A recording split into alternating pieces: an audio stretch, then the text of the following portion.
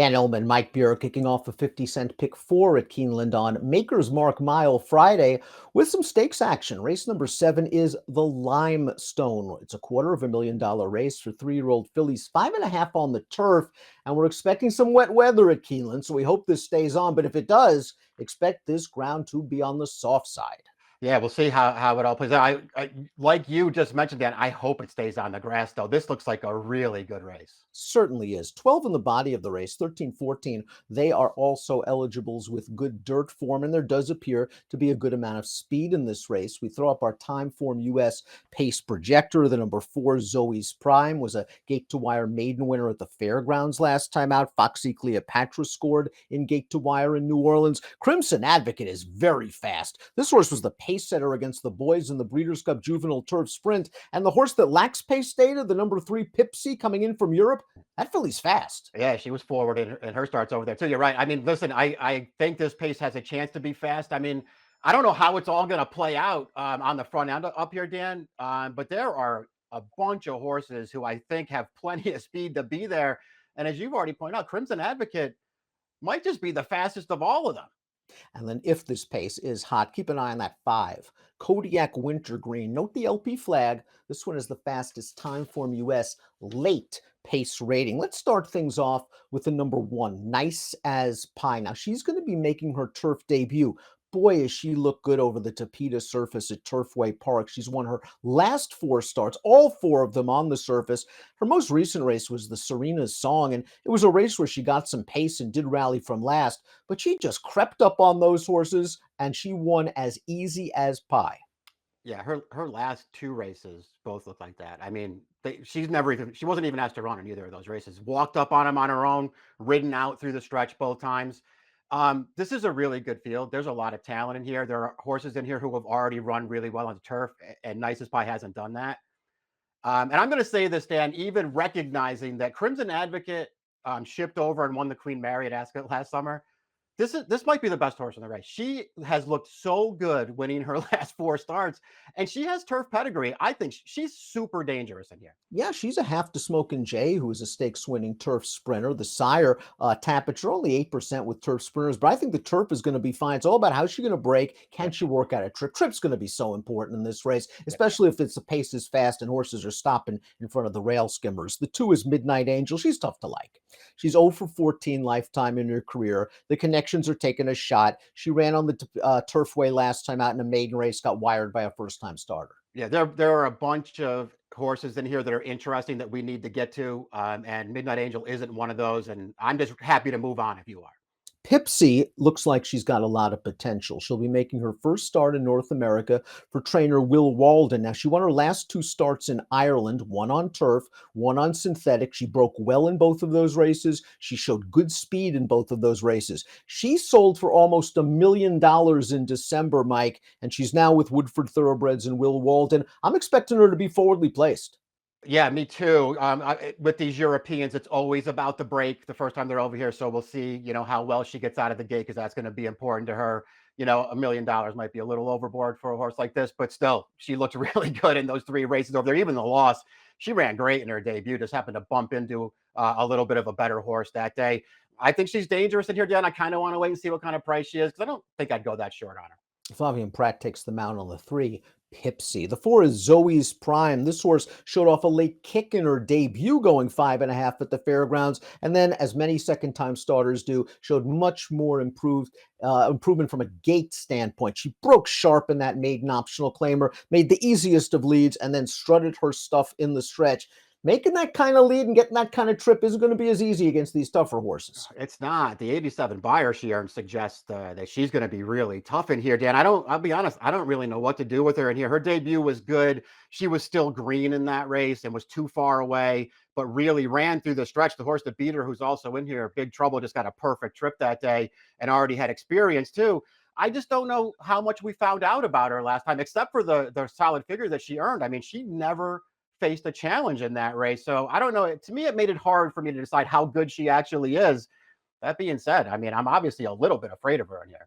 I liked both of the 5 Kodiak Wintergreen sprint races last year in New York. They debuted her going 5. She took some money. She ran into a Mitz Waves, who's talented and in this field, and she ran very well. I especially liked her race at Saratoga, where she stormed on home to win. The Connections tried a really expensive race, going a mile at Kentucky Downs. A mile at this point might be too far. Kentucky Downs might be too quirky. Now she's coming off of a layoff for a Rusty Arnold barn that tends to specialize with these turf sprinters. Yeah, exactly. I kind of like her starting back off in a shorter race because I'm with you. The first two starts were both really good, really green in the debut, but you could see the potential there. She's a really well-bred horse, so you knew that she was going to move forward in her second start. And I like the way that she won that one from off the pace too. Big hold early in there, big finish through the stretch to close that thing down.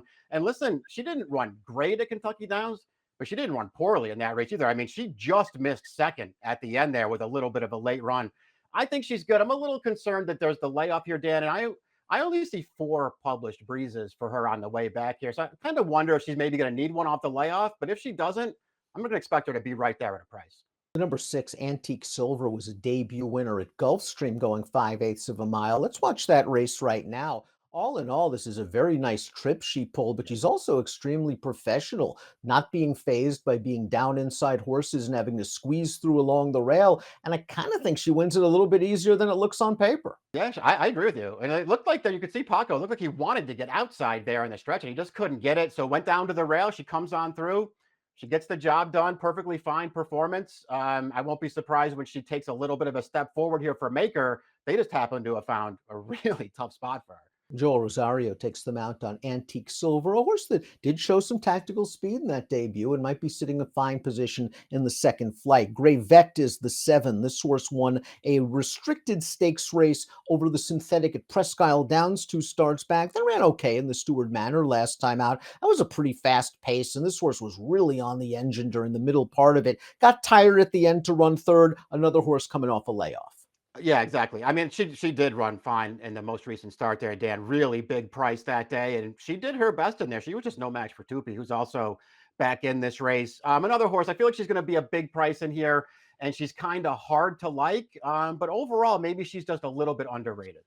Big Trouble is the number 8, and she ran well in her debut. And then she came back in start number 2, and she took the measure of the 4 Zoe's Prime, one of 2 next out winners to emerge from that race. I really do like her tactical speed. The buyer speed figures say this filly looks like she's on an upward trajectory. 20 to 1 seems like a fair price if you believe, because she's been very consistent. She's shown some ability. I agree, and she could get the right trip in this race because we've already talked about the pace, and it just feels like she's not one of the ones who needs to be involved early. I appreciate the forward move in her second start. She did get a really good trip in that race, but she also ran and she won that race really easily when all was said and done. She could easily improve again here.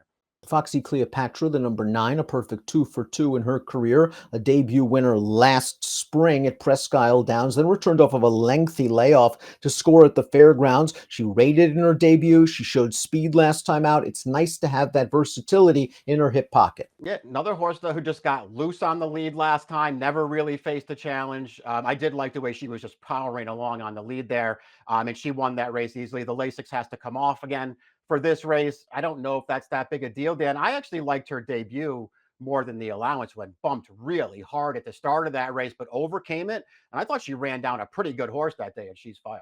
Crimson Advocate, the number 10, won her turf debut, going 5/8 at Gulfstream. George Weaver showed a lot of confidence, shipped her overseas to Royal Ascot and the Queen Mary, and she was real game under Johnny V to beat 25 other horses. She then took basically the rest of the year off. She only raced once after that. That was in the Breeders' Cup Juvenile Turf Sprint. She showed big speed inside Big Evs, who's also a fast horse, and just got tired at the end. Yeah, exactly. She ran fine in that race. I mean, it's not like you're going to give her any kind of big excuse in there because the winner was up on the pace with her the entire way. But I mean, she ran fine in that race. Her other starts are all, really good. And you have to suspect that she's ready for this off the bench, Dan, because Weaver had her entered a couple of weeks ago down at Gulfstream in a stakes race and scratched her when that race came off the turf. So they've just rerouted her here to get her on the grass. She's really fast. She was really good at 2. And I don't know if you're going to get the 6-1 morning line, but if you do, that's a great price. Remembering Tupi from her first two starts in the Mid-Atlantic region, she was a little bit of a grouch behind the gate, but I really liked the way she performed in her dirt debut at Laurel, and I liked the way she scored the Stewart Manor, her final start on turf last year. Let's watch that performance back at Aqueduct, going 3/4 of a mile. Now, she did get a fine pace to attack in this race. She's just looking to get to the outside here, and once she does get that clear sailing, she starts kicking late. Maybe these horses are getting tired in front of her, but once she switched leads outside the eighth pole, she was resurgent. Yeah, this is just an easy win for her. I mean, she comes right over the top of these horses at the end. I just thought she was much the best in here and really liked this performance from her. I kind of feel like that Stuart Manor wasn't the greatest field in the world. This is a way tougher field for her, but I think she's actually pretty good, Dan. She's just a horse. I kind of want to wait and see what kind of price she is, but I want to use this horse. She emerged from that race to earn a stakes placing on dirt at Tampa Bay Downs when she was up close to the pace. I think she'll come from further out of it here, and she goes out for a trainer that excels with layoff runners, that being Graham Motion. Amidst Waves is the number 12. This filly is 3 for 3 on turf against fillies, and she just missed at Keeneland against the boys in the Indian Summer. Two starts back, they ran her in the Breeders' Cup Juvenile Turf Sprint. She really just doesn't have the speed of her stablemate Crimson Advocate, and maybe the trip wasn't there for her, but now Irad's got to work something out from a tough post. Yeah, tough post here. She was in, I guess you could say a little bit of traffic in that Breeders' Cup. I really never saw any real trouble for her, and I didn't see her get stopped. I just kind of felt like it was one of those races that maybe it just came up a little bit too tough for her. Maybe that won't be the case here. She was fine in all of her prior turf sprint starts. Dan, I can't, say that I was ever her biggest fan, but I can't point to the bad race that she ran. Both the 13 and 14 are also eligibles. Neither has ever started on turf, and maybe that's what they're hoping for. That this race gets washed off and all of a sudden they become automatic contenders. Maybe Hot Beach would be my slightly preferred pick over Extreme Diva if I had to take one of the AEs. Yeah, I mean, if either or both of them scratch in and it's on the turf, they've scratched into a really tough spot. If it's off the turf, they become major contenders. Let's take a look at our top selections for the Limestone. Kodiak Wintergreen, 2 for 2 sprinting, coming off a little bit of a layoff, might get the right pace setup, should be the right price. Yeah, that's why I took her. I really liked her as a 2-year-old, and I like that they're coming back sprinting here with some pace in front of her too, which I think can help. Your horse, Nice as Pie, is the one I'm most interested in seeing here. Have to use that horse. She's got to show it on the turf, but she's certainly looked good on the synthetic surfaces. It might all come down to trip in this race, but I like what I've seen from Nicest Pie. 110.34 for me, 5-1-11.9 for Mike in the Limestone at Keeneland on Friday. Good luck.